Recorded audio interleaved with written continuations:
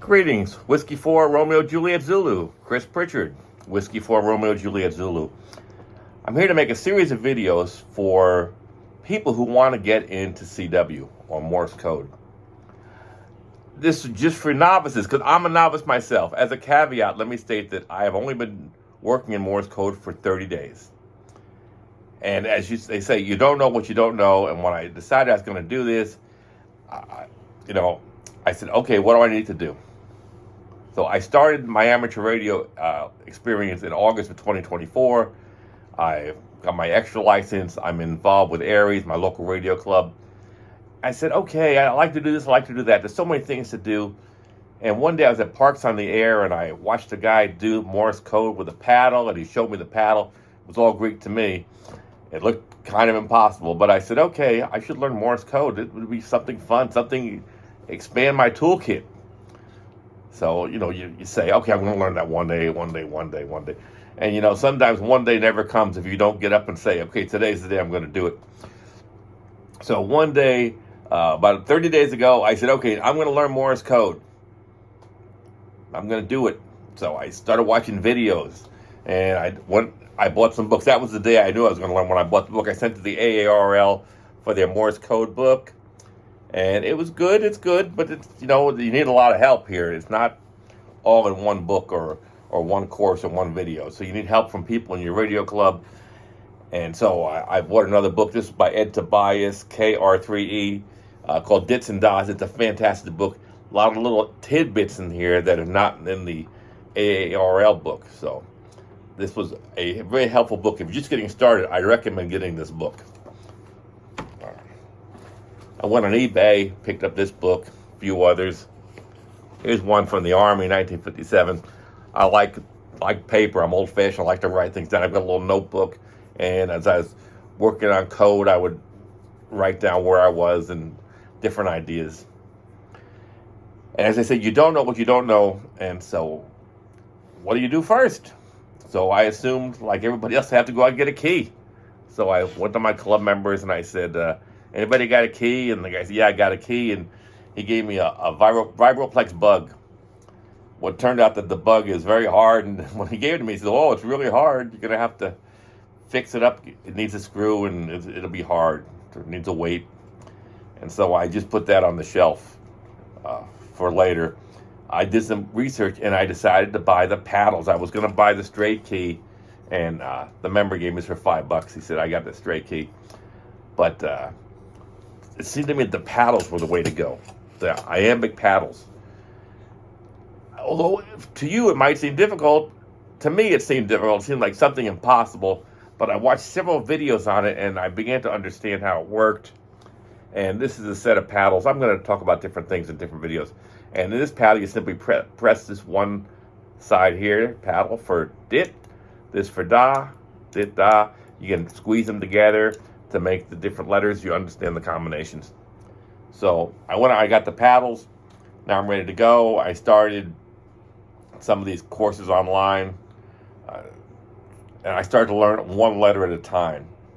And in all the books and everything I've learned, there's two things they are consistent.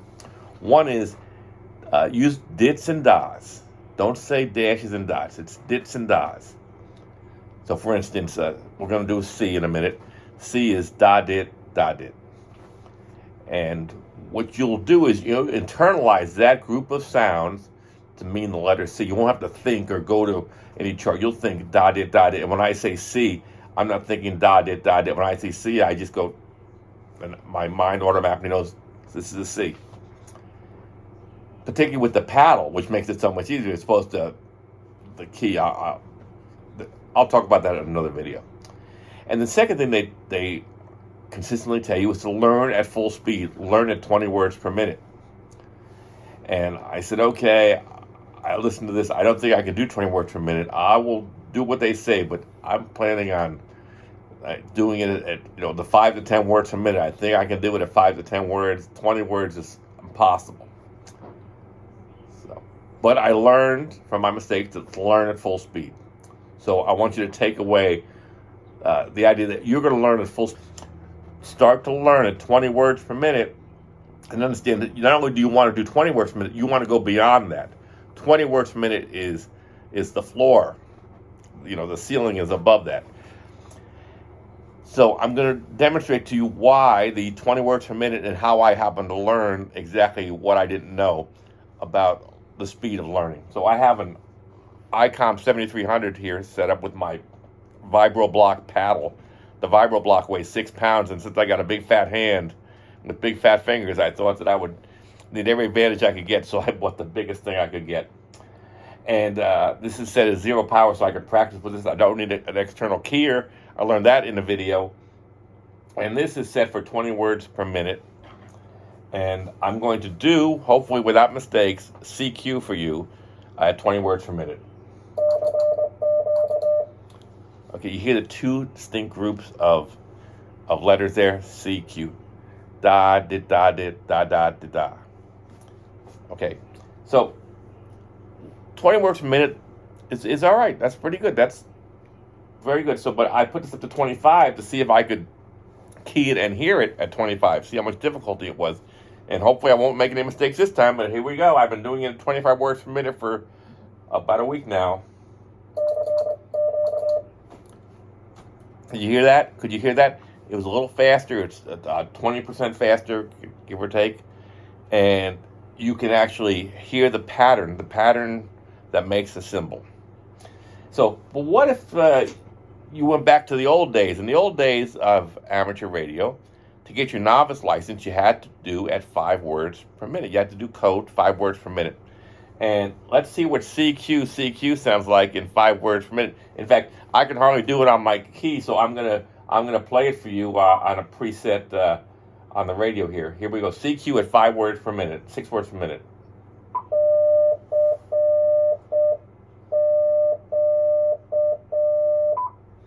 So that's incredibly long and incredibly tedious to listen to.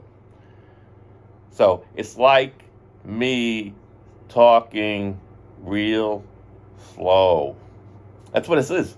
Instead of talking real slow, it's every letter. In fact, yeah, you have to literally put the patterns together in your head, and it's difficult. So I'm going to try and key it now just for you at 6 words per minute. Here we go.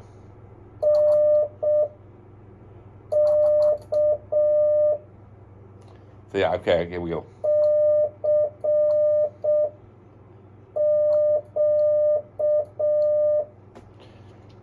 Okay, so I had learned to key at a greater speed, and I had even had trouble myself keying at that slow speed. So that's why you want to learn at full speed. So here we go. I'm going to go back to 20 words per minute. Let's go. Here we go. Okay.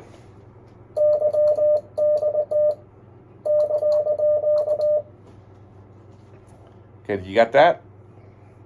Okay. So you're learning, internalizing these sounds, and to, in your mind, instantaneously recognize a symbol.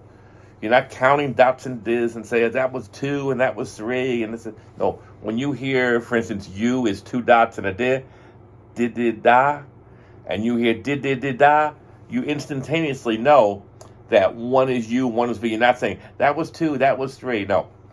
So let me further clarify this.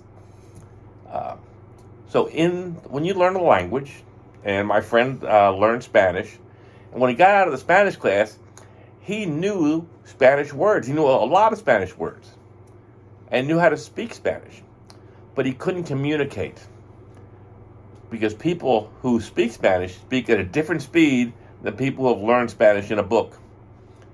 And so the key I'm taking away the key for you to take away today is this. In order to communicate, you should learn to communicate at speed. And that's it. So I hope this is helpful. I hope you get an idea of my journey through the world of Morse code and learning. And as I said, I'm only 30 days into it. I'm only up to the keying part. I'm not copying or listening very well, but I'm going to bring some more of the things that I've learned on my novice journey. Thank you for watching. This is Chris Pritchard, Whiskey 4, Romeo Juliet Zulu.